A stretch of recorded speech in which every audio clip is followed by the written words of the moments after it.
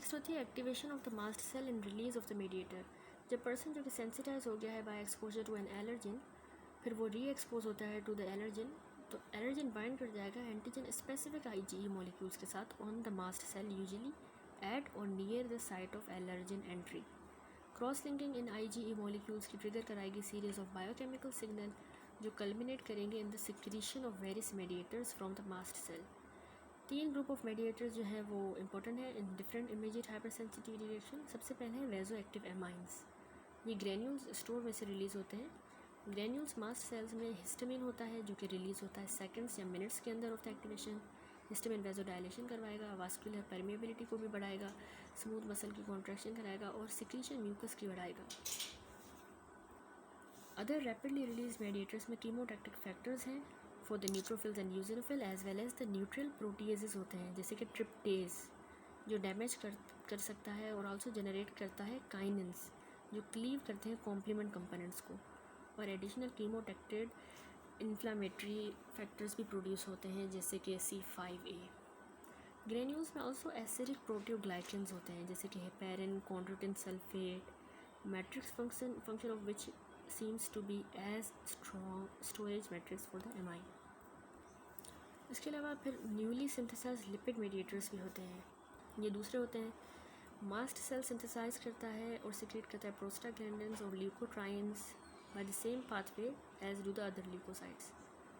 ये lipid mediators को several action होते हैं जो कि इंपॉर्टेंट है in the immediate hyper sensitivity reaction. Prostaglandin D2 most abundant mediator होता है जो जनरेट होता है साइक्लोऑक्सीजिनेज पाथवे से इन द मास्ट सेल। ये इंटेंस ब्रोंकोस्पाज्म करवाता है एज वेल एज म्यूकस के सिक्रेशन को इंक्रीज़ करता है।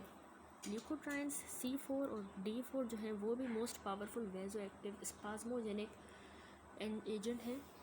ऑन अ मोलर बेसिस ये सेवरल थाउजेंड टाइम ज़्यादा एक्टिव होते हैं than the histamine in increasing the vascular permeability in causing bronchial smooth muscle contraction.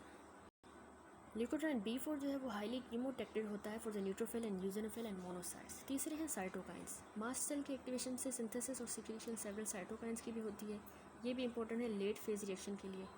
इनमें आ जाते हैं tumour necrotic factor and chemokines जो रिक्रूट करवाते हैं और एक्टिवेट करते हैं ल्यूकोसाइट्स को, और इंटरल्यूकिन 4 और 5 भी हैं जो कि एम्पलीफाई करते हैं T helper 2 cell initiated immune reaction को।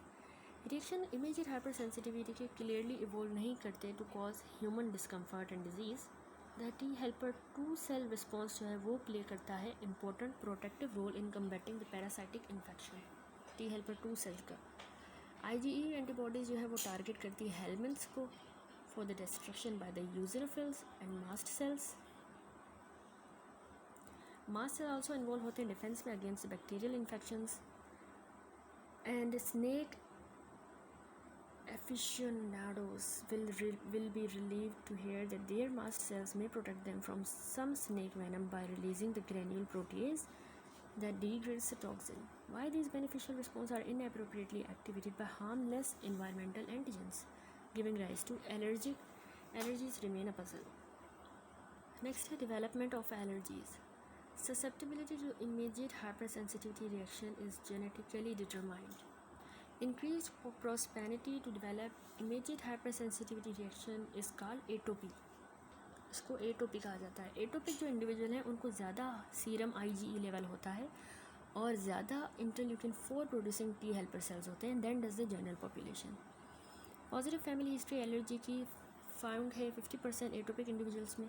बेसिस फैमिलियल प्रीडिस्पोजिशन की क्लियर नहीं है, लेकिन जीन्स जो कि इम्प्लीकेट होते हैं in susceptibility to asthma and other atopic disorder वो है उनमें HLA मॉलिक्यूल्स जो कन्फर करते हैं immune response to the particular allergens. Cytokines जो कि कंट्रोल करते हैं T हेल्पर 2 सेल रिस्पॉन्स को, a component of the FC epsilon RI and ADAM33 जो कि मेटालोप्रोटीनेज है जो इन्वॉल्व होता है टिश्यू रीमॉडलिंग में in the Airways. Environmental factors भी इंपॉर्टेंट होते हैं इन the development of allergic disease. Exposure environmental pollutants से जो कि बहुत कॉमन है इंडस्ट्रियलाइज सोसाइटीज़ में is an important pre disposing factor for the allergies. ये नोटेबल है कि डॉग्स और कैट्स जो रहते हैं सेम इन्वायरमेंट में जैसे कि ह्यूमन रहते हैं उनको भी एलर्जीज होते हैं, जबकि चिम्प्स जो कि वाइल्ड में रहते हैं उनको नहीं, despite their much closer genetic similarity to humans. ये ऑब्जर्वेशन सजेस्ट करती है कि एनवायरमेंटल फैक्टर भी इंपॉर्टेंट है in the development of allergies. Then the genetics, viral infection airways का भी इंपॉर्टेंट ट्रिगर होता है, ब्रोंकाइल एस्थमा का, allergic disease affecting the lungs, bacterial skin infection भी स्ट्रॉन्गली एसोसिएटेड है with atopic dermatitis. 20 to 30% immediate hyper sensitivity reaction trigger होते हैं non antigenic stimuli से, जैसे कि टेम्परेचर के extremes, exercise, and do not involve T helper 2 cells या IgE।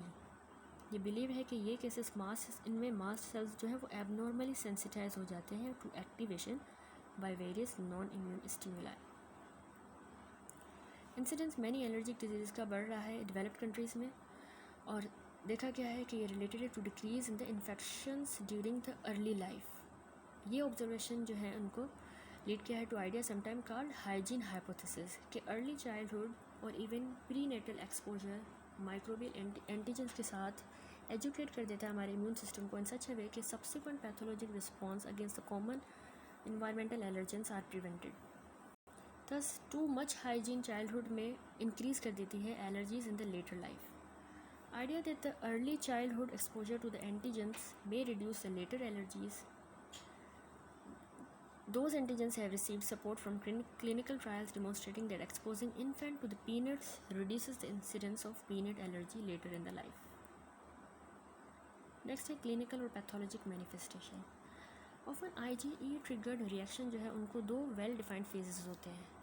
ये पिक्चर देखिए, इसमें फेजेस हैं इमीडिएट हाइपर सेंसिटिविटी रिएक्शन के। ए फिगर में काइनेटिक दिखाई गई है इमीडिएट और लेट फेज रिएक्शन के। इमीडिएट वास्कुलर और smooth muscle reactions to allergen develop कर जाएंगे मिनट्स के अंदर after challenge allergen exposure in a previously sensitised individual. और जो लेट फेज रिएक्शन है वो 2 से 24 घंटे बाद होगा। इमीडिएट रिएक्शन बी फिगर देखिए, इसमें कैरेक्टराइज होता है वेजोडाइलेशन के साथ, कंजेशन एंड इडिमा। और जो लेट फेज रिएक्शन है वो भी होता है। सी देखिए, वो कैरेक्टराइज होता है by inflammatory infiltrate rich in the eosinophils, neutrophils and T cells. Number 1 है इमीडिएट रिस्पॉन्स, जो कि स्टिमुलेट होता है मास्ट सेल ग्रेन्यूल कंटेंट से और लिपिड मेडिएटर से, और ये कैरेक्टराइज होता है वेजोडाइलेशन के साथ, वास्कुलर लीकेज होता है और स्मूथ मसल स्पाज्म यूजुअली, जो कि एविडेंट है 5 to 30 minutes after exposure to the allergen and subside हो जाता है 60 मिनट्स के अंदर। नंबर 2 होता है सेकंड लेट फेज रिएक्शन। ये स्टिमुलेट होता है मेनली साइटोकाइन से, जैसे कि ये सेट होता है 2 to 8 आवर्स में के बाद, और ये सेवरल डेज तक होता है। इसमें इन्फ्लामेशन होती है as well as tissue destruction, जैसे कि mucosal epithelial cell damage. Dominant inflammatory cell late phase reaction में होते हैं न्यूट्रोफिल्स और यूजिनोफिल्स, और lymphocyte especially T helper 2 cells. Neutrophils recruit होते हैं बाय वेरियस कीमोकाइन, उनका रोल इन्फ्लामेशन में हमने चैप्टर 3 में देखा। यूजिनोफिल रिक्रूट होते हैं योटैक्सिन से और अदर कीमोकाइन से भी, जो कि एपिथेलियम से रिलीज़ होते हैं, और फिर इंपॉर्टेंट फैक्टर्स होते हैं जो कि टिश्यू इंजरी में in the late phase of the response में होते हैं। यूजिनोफिल्स प्रोड्यूस करते हैं मेजर बेसिक प्रोटीन और यूजिनोफिल कैटाइनिक प्रोटीन। ये टॉक्सिक होती हैं एपिथेलियल सेल्स को।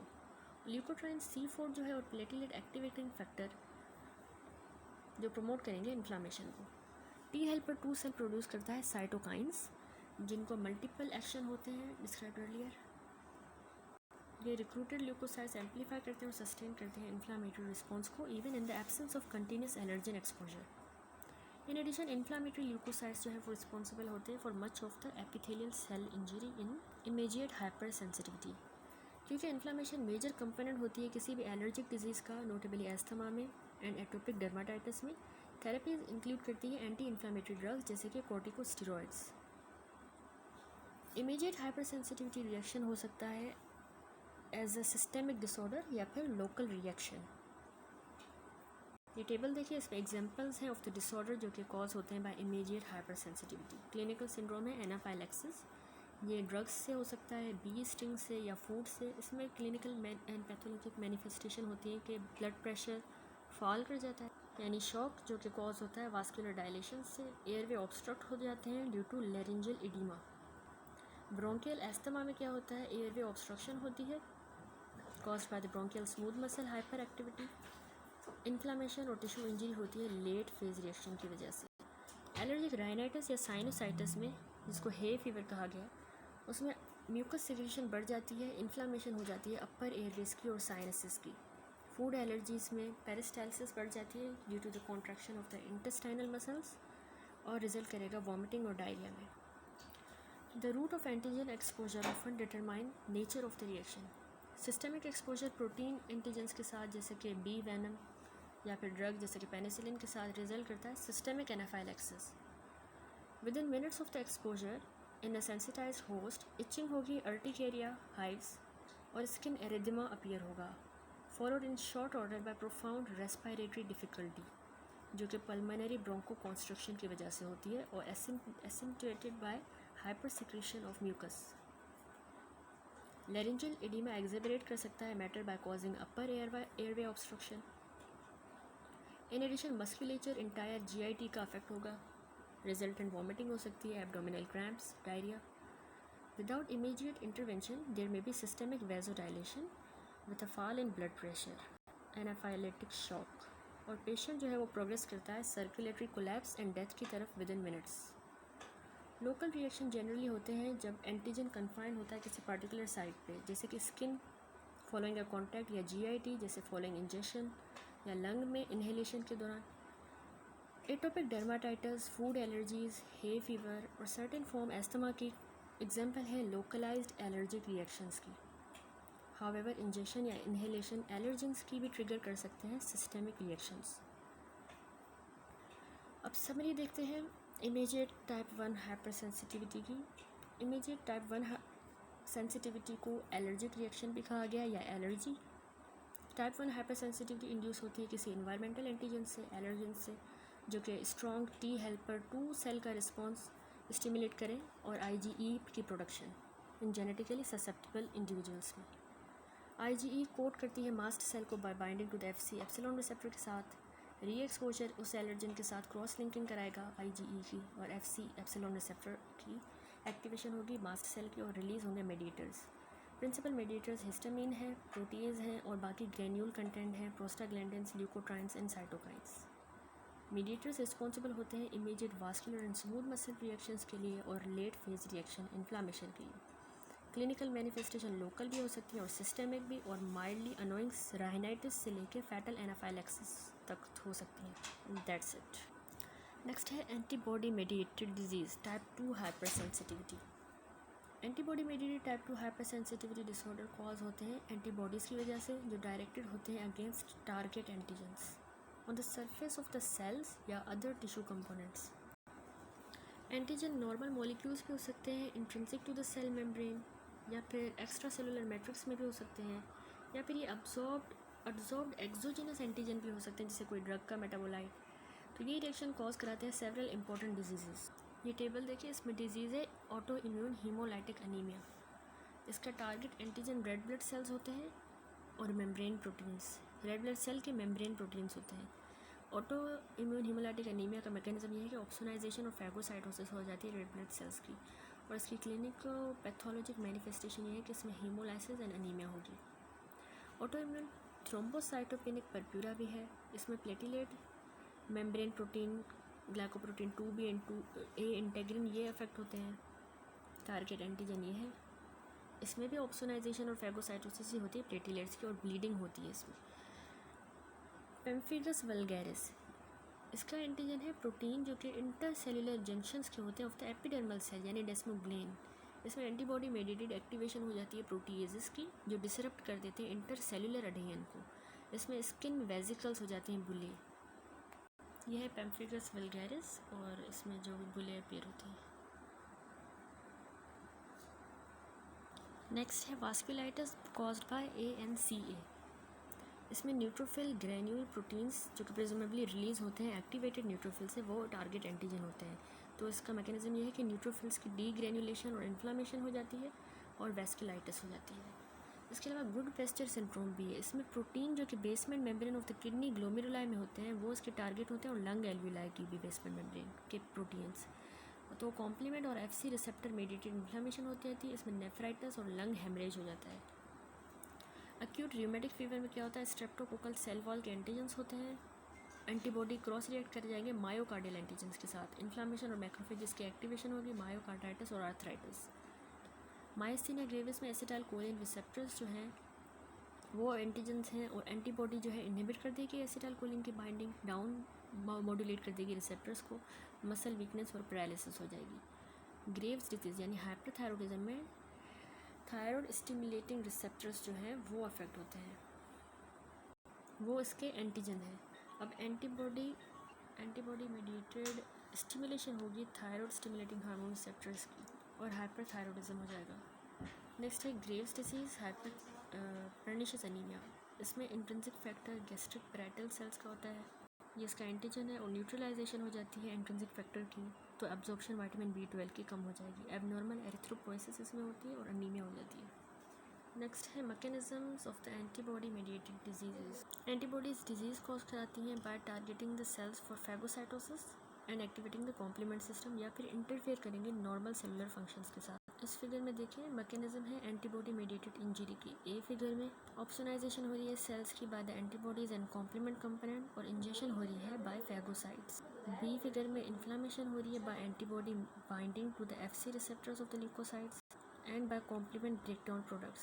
सी में एंटी रिसेप्टर एंटीबॉडीज डिस्टर्ब कर रही है normal function of the receptor. इन एग्जांपल्स में antibodies to the acetylcholine receptor impair करती हैं neuromuscular transmission to the myasthenia gravis disease में, और antibody against thyroid stimulating hormone receptor activate करती हैं थायराइड सेल्स को इन द ग्रेविस डिजीज। ये देखिए ऑप्सोनाइजेशन ऑफ फैगोसाइटोसिस हो रही है, ऑप्सोनाइज्ड सेल है, ये C3b लगे हुए हैं, और ये C3b का रिसेप्टर है, फैगोसाइट पे FC रिसेप्टर है, कॉम्प्लीमेंट एक्टिवेशन हो रही है, और फैगोसाइट सेल है।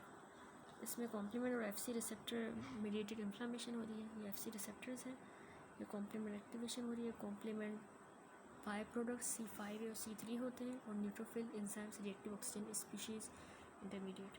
Inflammation and tissue injury. Antibody mediated cellular dysfunction, nerve ending से एसिटाइलकोलिन रिलीज होता है, और वो एसिटाइलकोलिन रिसेप्टर्स के साथ बाइंड करता है, उस पर एंटीबॉडीज़ आके अटैच हो जाती हैं, वो इनहिबिट करती हैं न्यूरोट्रांसमीटर की बाइंडिंग को। ये थायराइड हार्मोन है, ये एंटीबॉडी आ गई है थायराइड स्टिमुलेटिंग हार्मोन रिसेप्टर्स के on the thyroid epithelial cell, और ये थायराइड स्टिमुलेटिंग हार्मोन रिसेप्टर है, तो थायराइड हार्मोन सिंथेसाइज होंगे। अब एंटीबॉडी स्टिमुलेट कर रही है रिसेप्टर को विदाउट हार्मोन। एंटीबॉडीज़ जो रिस्पॉन्सिबल होती हैं वो टिपिकली हाई एफिनिटी एंटीबॉडीज़ होती हैं, जो कि कैपेबल होती हैं in activating the complement and binding to the FC receptors of the phagocyte. Opsonization of phagocytosis हमने देखा, जब सर्कुलेटिंग सेल्स जैसे कि रेड ब्लड सेल या प्लेटलेट्स कोट होते हैं, ऑप्सोनाइज हो जाते हैं ऑटो एंटीबॉडीज़ के साथ, या फिर जब कॉम्प्लीमेंट प्रोटीन्स विथ या विदाउट कॉम्प्लीमेंट प्रोटीन्स के साथ, तो सेल्स टारगेट हो जाते हैं for phagocytosis, neutrophils and macrophages. ये फैगोसाइट्स एक्सप्रेस करते हैं receptor for the FC tail IgG antibody की, और breakdown product C3b component of protein का, और यूज़ इन रिसेप्टर्स का to bind ingest the opsonize particle. Opsonize cells जो है वो एलिमिनेट हो जाते हैं स्प्लीन में, और इसीलिए स्प्लेनेक्टोमी जो है वो क्लिनिकल बेनिफिट होती है इन सम एंटीबॉडी मेडिएटेड डिजीज़ में। एंटीबॉडी मेडिएटेड सेल डिस्ट्रक्शन और फैगोसाइटोसिस होती है फॉलोइंग क्लिनिकल सिचुएशंस में। एक तो ट्रांसफ्यूजन रिएक्शंस में, जिसमें सेल्स इनकम्पैटिबल डोनर में से रिएक्ट करती हैं with pre formed antibodies in the host. दूसरा haemolytic disease of the newborn erythroblastosis fetalis, जिसमें IgG anti red blood cell antibodies mother's की क्रॉस करती है प्लेसेंटा को, और डिस्ट्रक्शन करती है फीटल रेड ब्लड सेल्स की। थर्ड है auto immune haemolytic anaemia, granulocytosis, thrombocytopenia, जिनमें इंडिविजुअल प्रोड्यूस करते हैं एंटीबॉडीज़ अपने ओन ब्लड सेल्स के खिलाफ।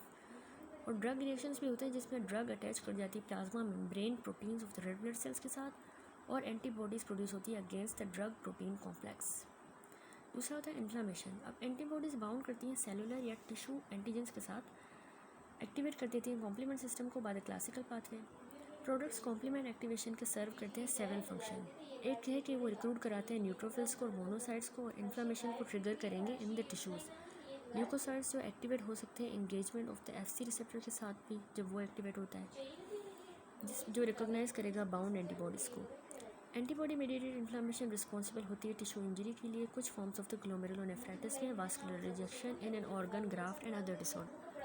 एंटीबॉडी मेडिएटेड सेलुलर डिस्फंक्शन, कुछ केसेस में एंटीबॉडीज़ डायरेक्ट होती हैं अगेंस्ट अ होस्ट प्रोटीन, जो इम्पेयर कर देती है, डिसरेगुलेट करती है important functions without directly causing the cell injury या इन्फ्लामेशन।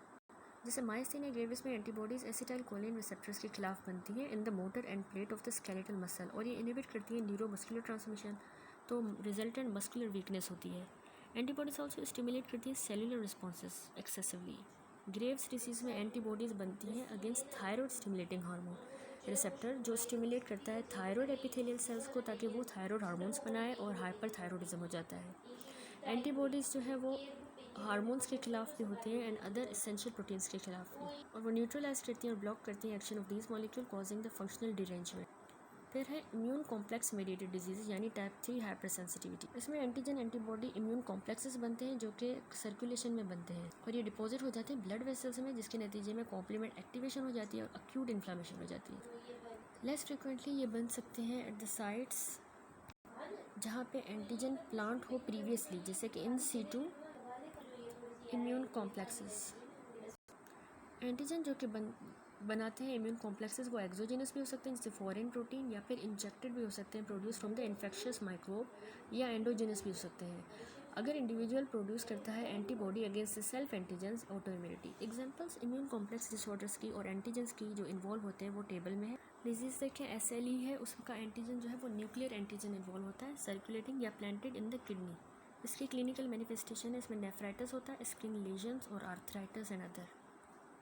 पोस्ट स्ट्रेप्टोकोकल ग्लोमेरुलोनेफ्राइटिस में streptococcal cell wall antigens plant हो सकते हैं ग्लोमेरुलर बेसमेंट मेम्ब्रेन पर और नेफ्राइटिस हो सकती है। पॉलीआर्टेरियाइटिस नोडोसा में हेपेटाइटिस बी वायरस एंटीजन होते हैं कुछ केसेस में, ये सिस्टेमिक वास्कुलाइटिस कॉज कराता है। रिएक्टिव आर्थराइटिस में बैक्टीरियल एंटीजन जैसे कि यर्सीन या अक्यूट आर्थराइटिस कराता है। सीरम सिकनेस में वेरियस प्रोटीन्स होते हैं, foreign serum protein, horse anti thymocyte globulin. Arthritis होगी, vasculitis and nephritis. Arthus reaction experimental में वेरियस फॉरेन प्रोटीन्स होते हैं जो कि कुटेनियस वास्कुलाइटिस कॉज कराते हैं। इम्यून कॉम्प्लेक्स मेडिएटेड डिजीज़ जो है वो सिस्टेमिक हो सकती हैं लेकिन प्रेफरेंशियली किडनी को इन्वॉल्व करती हैं, जैसे कि ग्लोमेरुलोनेफ्राइटिस, जॉइंट्स को आर्थराइटिस और स्मॉल ब्लड वेसल्स को वास्कुलाइटिस। सारी जो है कॉमन है site of immune complex deposition. Next है systemic immune complex disease, acute serum sickness.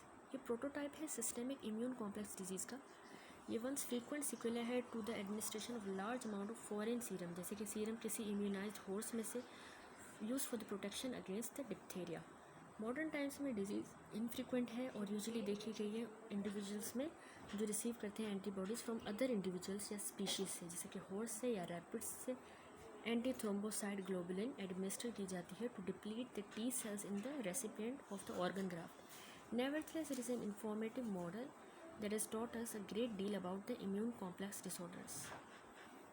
Pathogenesis systemic immune complex disease की डिवाइड होती है 3 फेजेज़ में।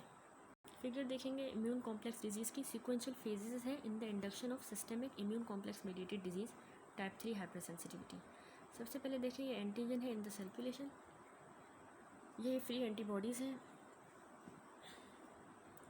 ये इम्यून कॉम्प्लेक्स की फॉर्मेशन हो रही है। देखिए एंटीजन एंटीबॉडी कॉम्प्लेक्स है, ये बी सेल्स हैं, उनमें से प्लाज्मा सेल्स बने, एंटीबॉडीज़ बनी, उन्होंने एंटीजेंस के साथ बाइंड किया, ये मेथिलिन। फिर इम्यून कॉम्प्लेक्स की डिपोजिशन हुई, ये न्यूट्रोफिल्स है, एंटीजन एंटीबॉडी का कॉम्प्लेक्स है, ये कॉम्प्लीमेंट है। इम्यून कॉम्प्लेक्स मेडिएटेड इन्फ्लामेशन और फिर टिश्यू इंजरी होगी, ये न्यूट्रोफिल्स और लाइसोसोमल एंजाइम्स हैं जो इन्फ्लामेशन करवाए, प्लेटलेट के एग्रीगेशन एंड वास्कुलाइटिस। सबसे पहले हमने देखा फॉर्मेशन हुई इम्यून कॉम्प्लेक्सेस की। इंट्रोडक्शन प्रोटीन एंटीजन का ट्रिगर कराता है इम्यून रिस्पॉन्स जो कि रिजल्ट करता है in the formation of antibodies जो कि 1 हफ्ते में हो जाती हैं after the injection of the protein. ये एंटीबॉडीज सिक्रीट होंगी ब्लड में जहाँ पे ये रिएक्ट करेंगे एंटीजन के साथ जो कि स्टिल जो है सर्कुलेशन में मौजूद है और एंटीजन एंटीबॉडी कॉम्प्लेक्स बनाएंगे। फिर डिपोजिशन हो गई इम्यून कॉम्प्लेक्सेस की। नेक्स्ट फेज़ में circulating antigen antibody complex deposit हो जाएंगी वेरियस टिश्यूज़ में। फैक्टर जो डिटरमाइन करता है कि whether immune complex formation lead करेगी टिश्यू डिपोजिशन में और डिजीज़ में वो फुली अंडरस्टूड नहीं है, लेकिन major influences seem to be characteristic of the complexes and local vascular alteration. In general complex medium size के जो बनते हैं जब एंटीजन स्लाइट एक्सेस में होता है वो ज़्यादा पैथोजेनिक होते हैं। ऑर्गन जहाँ पे ब्लड फिल्टर होता है एट हाई प्रेशर में to form other fluids like urine में और साइनोवियल फ्लूइड में, वो साइट्स हैं इम्यून कॉम्प्लेक्स की बिकम कंसनट्रेटेड और वहीं पे डिपॉजिट हो जाते हैं। Hence immune complex disease often affect करती है ग्लोमेरुलाई को और जॉइंट्स को। फिर होती है इन्फ्लामेशन और टिश्यू इंजरी। वंस के वो डिपॉजिट हो जाता है टिश्यूज़ में तो इम्यून कॉम्प्लेक्सेस जो है इनिशिएट करते हैं acute inflammatory reaction complement activation के जरिए या फिर engagement of the leukocyte FC receptor, typically antibodies या IgG या IgM। डिपोजिशन कॉम्प्लीमेंट प्रोटीन की डिटेक्ट की जाती है at the site of injury. Consumption complement की during the active phase of disease decrease करता है सीरम लेवल ऑफ C3 का, जो कि यूज़ किया जाता है as a marker for the disease activity. इस फेज़ के दौरान अप्रोक्सीमेटली 10 दिन के बाद एंटीजन के एडमिनिस्ट्रेशन के बाद क्लिनिकल फीचर जैसे कि fever, urticaria, joint pain, arthralgia, lymph node की इन्लार्जमेंट और प्रोटीन यूरिया अपीयर होता है। Wherever the complex deposit, the tissue damage is similar. Resultant inflammatory lesion जो है उसको वास्कुलाइटिस कहेंगे, और अगर ये ब्लड वेसल में होगी, और ग्लोमेरुलोनेफ्राइटिस कहेंगे अगर ये रीनल ग्लोमेरुला में होगी, और आर्थराइटिस अगर ये जॉइंट्स में होगी, एंड सो ऑन। नेक्स्ट है morphology. Principal morphologic manifestation immune complex की है अक्यूट वास्कुलाइटिस, जो कि fibrinoid necrosis of the vessel wall में होती है, और इंटेंस न्यूट्रोफिलिक इन्फिल्ट्रेट। जब ये डिपॉजिट हो जाता है किडनी में तो कॉम्प्लेक्स देखे गए हैं इम्यूनोफ्लोरेसेंस माइक्रोस्कोपी में as granular deposit of the immunoglobulin and complement, and on the electron microscopy as electron dense deposit along the glomerular basement membrane. Acute serum sickness induce होती है by administration of single large dose antigen का। Lesion resolve हो जाती है as a result of phagocytosis और lesion और degradation immune complexes की। Chronic serum sickness की जो फॉर्म है वो रिजल्ट करती है जब रिपीटेड या प्रोलॉन्ग एक्सपोजर हो एंटीजन के साथ। ये होता है सेवरल डिजीज़ में, जैसे कि SLE में, जो एसोसिएटेड होती है परसिस्टेंट एंटीबॉडी के रिस्पॉन्स के साथ through the auto antigen. Many disease में मॉर्फोलॉजिक चेंजेस और अदर फाइंडिंग सजेस्ट करती हैं कि इम्यून कॉम्प्लेक्स डिपोजिशन, लेकिन inciting the antigen are unknown. Included in this category are membranous glomerulonephritis and several vasculitides. Next अब देखेंगे local immune complex disease, Arthus reaction. A model of the local immune complex disease है Arthus reaction, जिसमें area of tissue necrosis appear होता है as a result of acute immune complex vasculitis. Reaction produce होता है experimentally जब inject किया जाता है एंटीजन स्किन के अंदर of a previously immunised animal में जिसमें प्री फॉर्म्ड एंटीबॉडीज़ हों। अब इम्यून कॉम्प्लेक्सेस बनेंगे एज